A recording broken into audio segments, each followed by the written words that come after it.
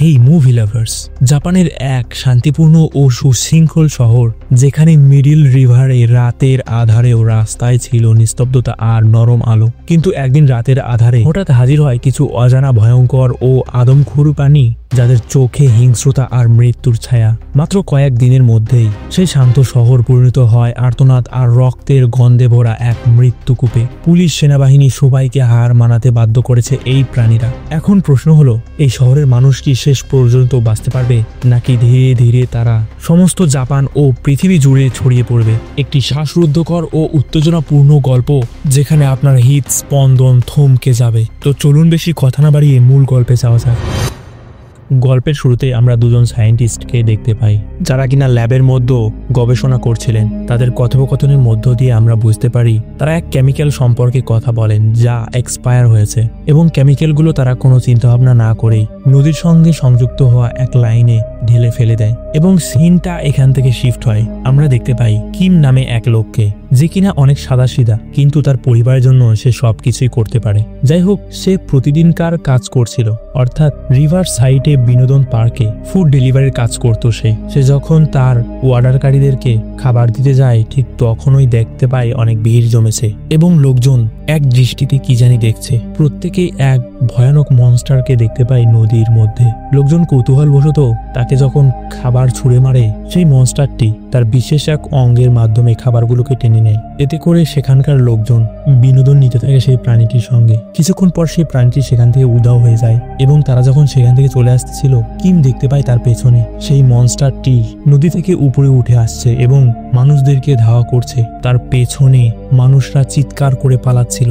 এই বিষয়টি দেখে সেও সেখান থেকে পালাতে থাকে। পরিস্থিতিটা কয়েক সেকেন্ডের মধ্যেই এক ভয়ানক ও মুমূর্ষু রূপ ধারণ করে।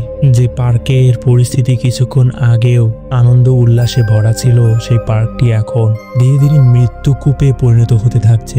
মানুষের আর্তনাদ আর চিৎকার, এ সকল কিছু যেন মৃত্যুর এক পূর্বাভাসকে জাগিয়ে তুলছে। প্রত্যেকটি মানুষ এখানে আতঙ্কে এবং ভয়ে সেখান থেকে পালাতে থাকে, এবং সেই আদমখুরি প্রাণীগুলো একে একে অনেক মানুষকে সেখানে মেরে ফেলে। অন্যদিকে আমরা দেখতে পাই কিমের ছোট্ট মেয়ে জিহো এবং তার বাবা ম্যানসিক, তারা দুজনে টিভিতে লাইভ শো দেখছিল, যেখানে কিমের ছোট্ট বোন এক প্রতিযোগিতায় অংশগ্রহণ করেছে, যেখানে তীর নিক্ষেপের প্রতিযোগিতা চলছিল। প্রতিযোগিতায় তার বোন অর্থাৎ হানসা, সে যখন হেরে যায়, তখন তার ভাতিজি অর্থাৎ কিম এর ছোট্ট মেয়ে জিহো মনোভার দুর্বল করে বাসা থেকে বেরোতেই মানুষের আর্তনাদ শুনতে পায়, এবং এরই মধ্য দিয়ে সে অনেক ভীত হয়ে যায়। সামনের দিকে অগ্রসর হতেই কিম তার হাত ধরে দৌড়তে থাকে, কিন্তু পরিস্থিতি এতটাই মুমূর্ষু ছিল যে হঠাৎ করেই জিহোকে কিমের হাত থেকে সেই মনস্টার বা আদমখুরি প্রাণীগুলো নিয়ে যায়, এবং ধীরে ধীরে পরিস্থিতি ঠান্ডা হতে থাকে। এবং এই বিষয়টি মিডিয়ার কাছে পৌঁছাতে সময় লাগে না,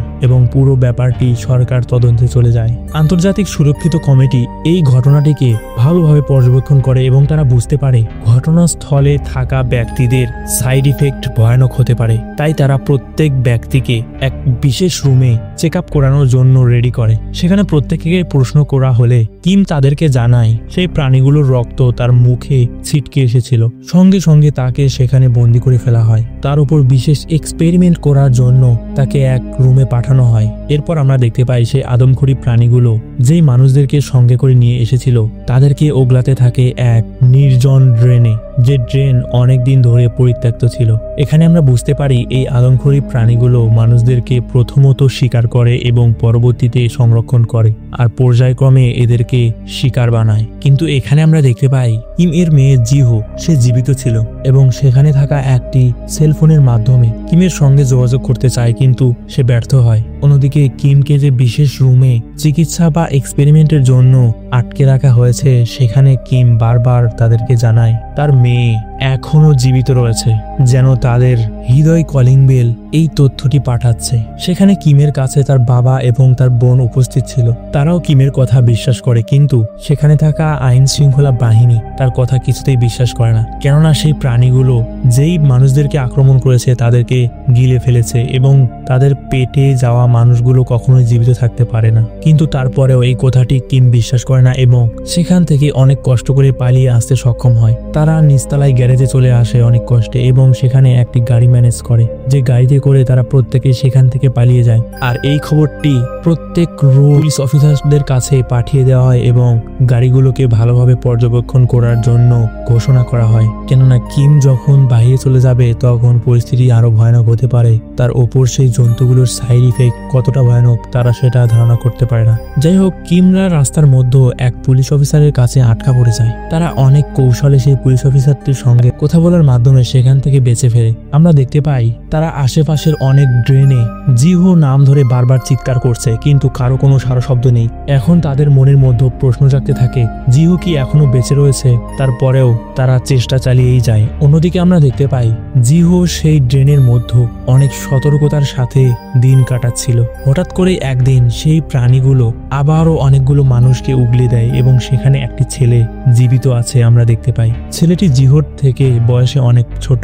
তারা কয়েকদিন না খেয়ে এই ড্রেনের মধ্যে মরা পচা মানুষের সঙ্গে বসবাস করছে এবং এই জন্য তাদের শারীরিক অবস্থা একদম ভেঙে পড়েছে। তারপরেও এই ছোট্ট মেয়েটি যেন হাল ছাড়ে না বেঁচে থাকার। পরদিন সকালে আমরা দেখতে পাই কিম তার পরিবারকে নিয়ে গান হাতে করে সেই রিভার সাইডে এসে দাঁড়িয়েছে। কিছুক্ষণ পরেই ভয়ানক বৃষ্টি নামে এবং সেই প্রাণীগুলোর দেখা মেলে। সামনাসামনি সংঘর্ষ হয় সেই প্রাণীগুলোর সাথে কিমের। তারা প্রত্যেকেই ফায়ারিং করতে থাকে, কিন্তু সেই প্রাণীগুলো এতটাই বিশাল এবং ভয়ানক ছিল যে এই ফায়ারে তাদের কিছুই হচ্ছিল না। সেখানে তাদের প্রত্যেকেরই বুলেট ফুরে আসে। ঠিক তখনই ম্যানসিক অর্থাৎ কিমের বাবা সেখানে তাদেরকে বাঁচানোর জন্য তাদের প্রত্যেককেই পিছু হটতে বলে এবং সে নিজে একলা গান দ্বারা সেই ভয়ানক প্রাণীগুলোর সামনে দাঁড়িয়ে পড়ে। কিম এই বিষয়টিতে মোটেও রাজি ছিল না, তারপরেও তার বাবা তাকে যেতে বাধ্য করে। কিছুক্ষণ পরে আমরা দেখতে পাই সেই প্রাণীটি নদী থেকে উপরে উঠে এসেছে এবং কিমের বাবার সামনে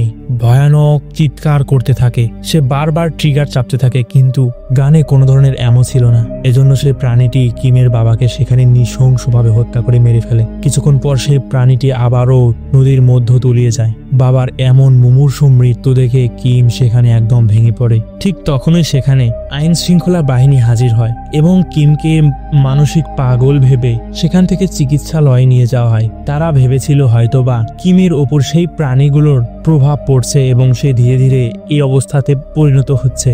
তাকে অনেকক্ষণ চেক আপ করার পর তারা বুঝতে পারে কিমের ব্রেনের সামনের অংশে এমন এক ভাইরাস তৈরি হয়েছে যার মাধ্যমে পুরো দেশবাসীর ভয়ানক প্রভাব পড়তে পারে। এজন্য তারা সেই অংশটির স্যাম্পলের মাধ্যমে অ্যান্টিডোট তৈরি করতে চায়, কিন্তু কিম এই বিষয়টিতে মোটেও রাজি ছিল না। সে শুধু চাইছিল তার মেয়েটিকে বাঁচানোর জন্য। এখানে আমরা বুঝতে পারি এক বাবার মেয়ের প্রতি ভালোবাসা। সে যেন কোনো মুহূর্তেতেই তার মেয়ের কথা মন থেকে ভুলছে না। সে অনেক জোরাজোরি করে তাদের থেকে বাঁচার জন্য, কিন্তু সেই সায়েন্টিস্ট গুলো তার কপালে এক ধরনের ভয়ানক মেশিন সেট করে এবং যেটার মাধ্যমে তার কপাল থেকে সেই অংশটিকে বের করার চেষ্টা করে। তারা সফলও হয়। যখন তারা সেই স্যাম্পলটিকে পরীক্ষা করবে ঠিক তখনই কিম সেখানে হঠাৎ করে উঠে পড়ে এবং সেখানে থাকা এক নার্সকে বন্দি করে নেয় এবং তাকে ধরে সেখান থেকে অনেক কষ্টে পালিয়ে আসে। এরপর আমরা দেখতে পাই জিহো এবং সেই ছোট্ট বাচ্চাটি টানেলের মধ্যে করুণতার লড়াই লড়ছে বেঁচে থাকার জন্য।